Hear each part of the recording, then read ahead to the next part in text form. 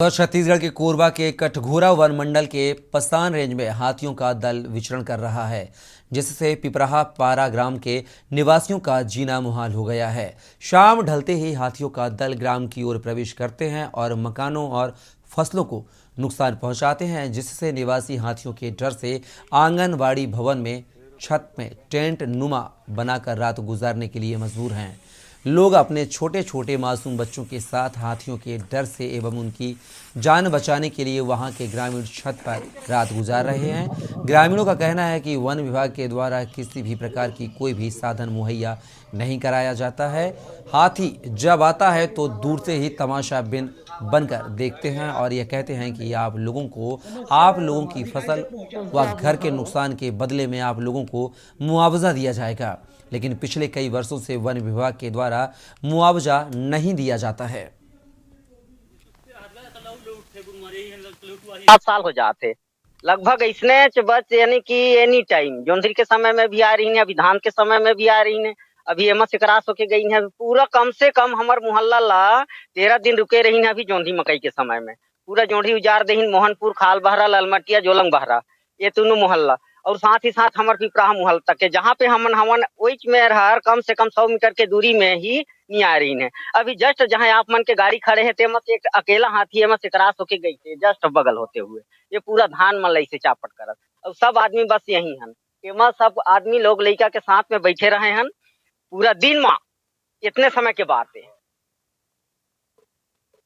यहाँ पे हाथी की जो समस्या है काफी गंभीर है। यहाँ पे वन विभाग की टीम एक सिर्फ खाना पूर्ति करती है। मैं यहाँ पे अपने सहयोगी से कहना चाहूंगा कि इन बच्चों को तरफ दिखाएंगे और ये कैसे छोटे छोटे बच्चे जो हैं अपने जीवन यापन अभी से कितना कष्टमय झेल रहे हैं, लेकिन वन विभाग की टीम इनके ऊपर ध्यान नहीं दे रही है, इनके भविष्य के बारे में नहीं सोच रही है।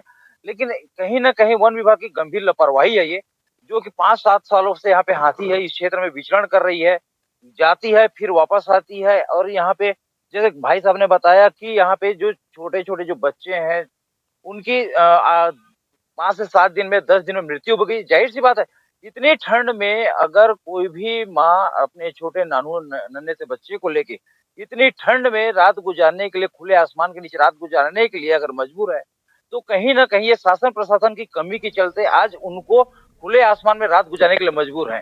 कैमरा पर्सन राजू चंद साहब, चंद्रकुमार श्रीवास, के न्यूज इंडिया, कोरबा। कोंडागांव जिले में स्वच्छता अभियान की धज्जियां उड़ रही हैं। राज्य सरकार ने स्वच्छता के लिए लाखों करोड़ रुपए खर्च कर रही है, वहीं राज्य की योजनाओं को पूर्ण करने वाले जिम्मेदार अधिकारी सुस्ती से चलते जिले के निर्माण से एक खंडर में तब्दील होता नजर आ रहा है। इस अनदेखी को भाजपा के पूर्व मंत्री लता उसेंडी ने कांग्रेस पर निशाना साधा है। आपको बता दें कि कोंडागांव जिले के अंतर्गत बना अपशिष्ट पदार्थों का शेड अनदेखी की वजह से खंडहर में तब्दील हो गया है, जिसका उपयोग भी नहीं हो रहा है। कोंडागांव जिले में 92 शेडों का निर्माण कराया गया है। सरकार की योजनाओं को किस कदर अधिकारी एवं सचिवों ने बंदरबांट किया है, यह देखने को मिलता है। भ्रष्टाचार की बलि चढ़ गई है और उस भ्रष्टाचार की बलि चढ़ने की वजह से कम से कम मुझे लगता है कि 5 से 10 करोड़ का काम है, 10 करोड़ के आसपास का काम जिले में हुआ है और हर जगह सरकारी संपत्ति नष्ट हो रहा है। लेकिन वर्तमान सरकार में उनको, मंत्रियों को, विधायकों को, किसी को फुर्सत नहीं है कि हमारी सरकारी संपत्तियों का संरक्षण कैसे हो, इसका संचालन कैसे हो और इसका फ़ायदा जिस तरीके से लोगों को मिलना चाहिए, समाज को मिलना चाहिए, उस पर किसी का ध्यान नहीं है। कांग्रेस की सरकार, भूपेश बघेल जी की सरकार पूरी तरह से सारी चीज़ों में फेल है, जो जमीन के धरातल में। शासन की योजनाओं को जमीनी स्तर पर लोगों तक पहुंचाने की रहती है। क्रियान्वयन की जिम्मेदारी पंचायतों और उस विभाग की होती है। अगर कोई योजना अगर असफल होती है तो स्थानीय लोग, जो मतलब निर्माण एजेंसी से लेकर स्थानीय लोगों की होती है। आपने जो बातें रखी है उस बातों को हम दिखवा लेंगे कि आखिर ऐसा क्यों हुआ है। खबर जगदलपुर के बस्तर से, जहां पर संभाग के आयुर्वेदिक चिकित्सालय की सुस्ती के चलते मरीजों को मजबूरियों का सामना करना पड़ रहा है। जहां चिकित्सालय में दवाइयों की उपलब्धता में कमी की वजह से मरीजों को खुले बाजार से अधिक दामों में दवाइयां खरीदनी पड़ रही हैं, वहीं दवाई वितरण करने वाले फार्मासिस्ट का कहना है कि दवाइयों की लिस्ट बनाकर 2 महीने पहले दे दी गई थी। इसके बावजूद आज तक दवाइयां उपलब्ध नहीं हो पाई हैं। मामूली से त्रिफला चूर्ण के लिए भी मरीजों को खुले बाजार का रुख करना पड़ता है। मिली जानकारी के मुताबिक अधिकतर दवाइयां मरीजों को बाहर से ही खरीदनी पड़ती हैं।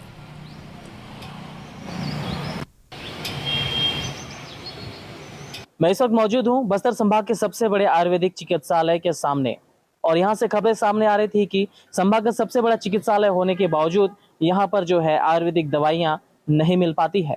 अगर एक दवाई मिलती है तो बाकी सारी दवाइयां जो है मार्केट से महंगे दामों में परचेस करनी पड़ती है। आखिर क्या है पूरा मामला, अंदर चलेंगे और उन लोगों से भी, जिम्मेदार लोगों से बातचीत करेंगे कि आखिर क्यों दवाइयों की आपूर्ति नहीं हो पा रही है और कुछ मरीजों से भी बातचीत करेंगे। मैडम, आप यहाँ पर किस कार्य से आए थे? अपना सैम का ट्रीटमेंट करवाने। अच्छा, तो यहाँ पर दवाइयाँ आपको प्रॉपर मिल रही है? मैं तो फर्स्ट टाइम आई हूँ, बट मुझे एक दवाई मिली, बाकी सारी मुझे लेनी पड़ी। कहाँ से लेनी पड़ी आपको? यहाँ वंदना एजेंसी से। अच्छा, इन्होंने बताया था वहाँ से लेना है या फिर? नहीं, मैं अपने सैम से गई थी मैं। अच्छा मैडम, ये जो दवाइयों की आपकी कॉस्टिंग पड़ी है कितने की पड़ गई जो बाहर से लिए हैं? तो टोटल 600 रुपए की।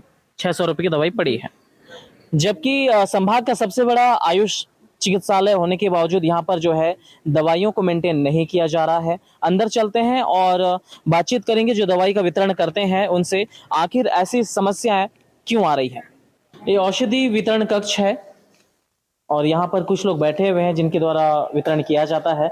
इनसे बातचीत करने की कोशिश करेंगे और ऐसी कौन सी दवाइयाँ हैं जो यहाँ पर उपलब्ध नहीं हो पाती है जिसकी वजह से लोगों को जो है खुले मार्केट का रुख करना पड़ता है और महंगी दवाइयों को खरीदना पड़ता है।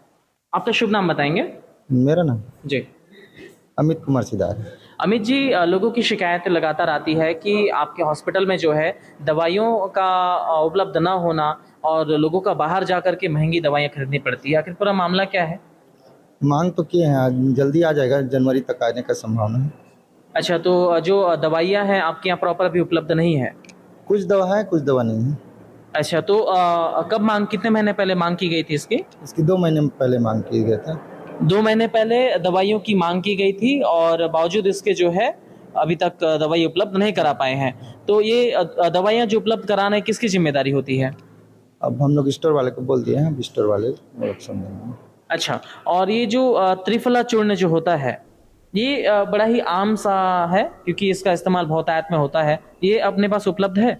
अपने पास नहीं, त्रिफला चूर्ण नहीं। स्कूली छात्राओं के लिए छत्तीसगढ़ शासन की महत्वाकांक्षी सरस्वती साइकिल योजना में अवैध वसूली का दाग मुंगेली में लगा है। बता दें कि जहरा गांव हाई स्कूल में छात्राओं से निःशुल्क वितरण किए जाने वाले साइकिल पर प्रत्येक छात्राओं से 100 रुपए लिए गए।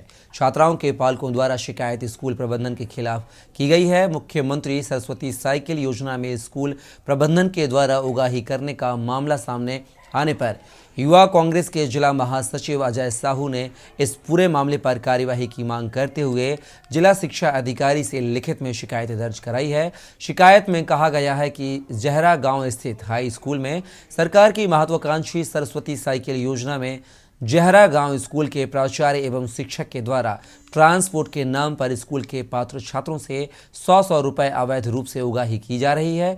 बच्चों से लिए जा रहे पैसे की न कोई रसीद दी जा रही है और न ही कोई उचित जवाब पालकों को दिया जा रहा है।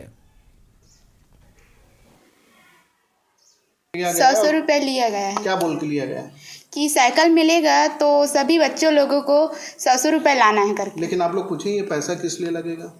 नहीं पूछे, मतलब पूछे हैं तो सर बोले हैं द्विवेदी सर कि 100 रुपये लेकर आना है सभी बच्चे को। इसके लिए कोई रसीद दिया गया? नहीं। तो आप लोग बोले नहीं कि किस लिए पैसा ले रहे हो, क्यों ले रहे हो सर? तो नहीं, साइकिल के लिए बोले हैं।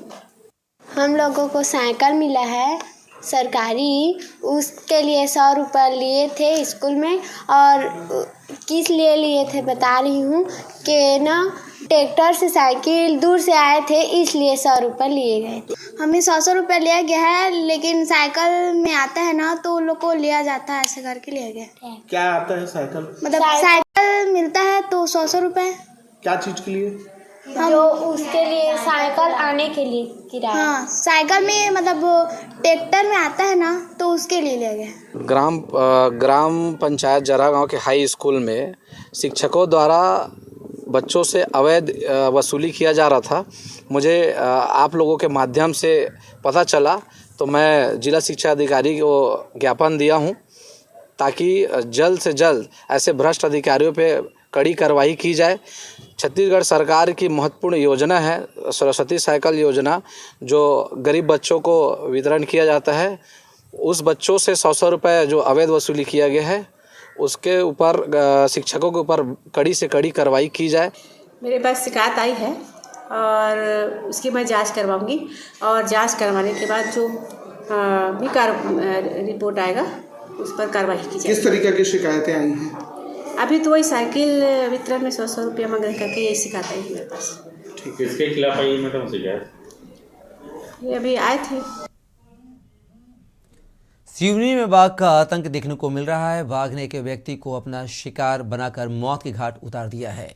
घटना के बाद मौके पर इकट्ठा हुई भीड़ पर भी बाघ ने हमला कर दिया। बाघ के हमले के दौरान एक युवक गंभीर रूप से घायल हो गया। घटना स्थल के पास बाघ अभी मौजूद है। सूचना पर वन अमला मौके पर पहुंचा। कुरई के गोटे गांव की यह घटना। गणेश का पैर कट